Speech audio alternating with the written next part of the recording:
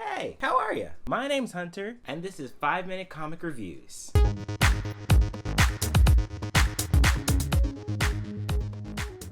What's up, guys, and welcome back to another comic book review. Today we're going to be talking about the one and only Miss Marvel. For those that don't know, Carol Danvers was the first Miss Marvel, before being succeeded by passing the mantle to Kamala Khan. The character Carol Danvers was initially conceived as a female counterpart to the original Captain Marvel, or Marvel. There have been numerous Captain Marvels, and I promise I do not have a favorite. I really don't. I swear.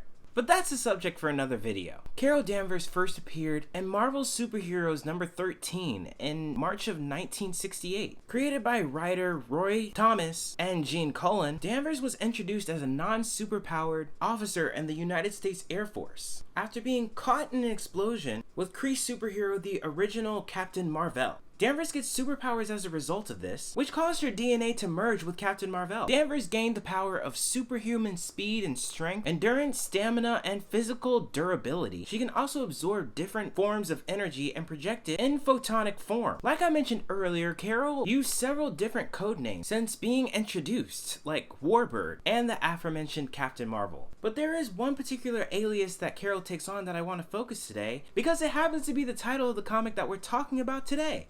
She went by the name of Binary. Binary had the special ability of being able to tap the energy of a white hole, which, nerd tangent, is a hypothetical region of space-time that cannot be entered from the outside, making it a reverse black hole. Science! This allows Binary full control of the electromagnetic spectrum, also providing light speed travel and the ability to survive in the vacuum of space. Binary exists outside the binary, if you will. Although the link to the white hole was eventually severed, Danvers, however, retains her binary abilities on a much smaller level and can temporarily regain her binary form if empowered with a high enough infusion of energy. Now that's enough backstory. Let's get into the story at hand. This story begins with two boys, Rick and Gavin, that happen to stumble upon a pretty special book written by Carol Danvers called, you guessed it, Binary. It's clear that Gavin has already read the book before and suggests to read it to Rick. Gavin commences to skip to chapter 10 of the book and starts reading about the adventures of Binary in deep space. Binary was several months alone in the void of space, but time carried little meaning to her. One particular day, however, Binary encountered another strange living creature by hearing a faint whisper in the back of her consciousness. Flashing back to the library as Gavin continues reading aloud from the book, his words are clearly having a weird effect on Rick and a librarian that happens to overhear nearby, causing their eyes to weirdly glaze over. Finally, Binary reaches the source of the message, and shockingly also found herself at the center of the galaxy. The creature whispering to her was a giant celestial being by the name of the Keeper. The Keeper told Binary of the tale of his race who had existed since the dawn of creation itself. The creature also spoke of the Swarm, a black cloud that could eat away all life and the universe if left unchecked. The Keepers saw it as their sworn duty to protect the young universe. However, over the years, the Keepers had dwindled in numbers, and after 100,000 years, the Swarm managed to escape.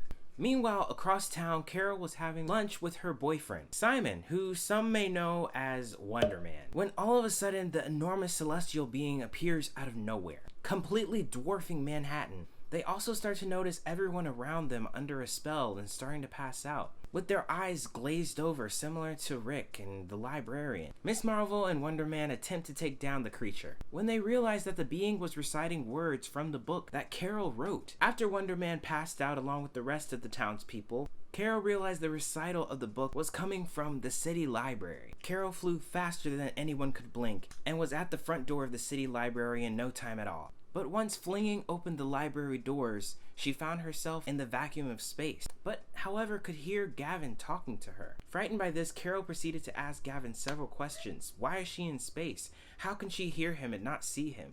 Gavin had no answers, but proceeded to tell her that Gavin could project thoughts onto everybody else's mind once he focuses hard enough, usually reading a book. Carol quickly deduced that she was in fact inside her own book, and so was everyone in the town.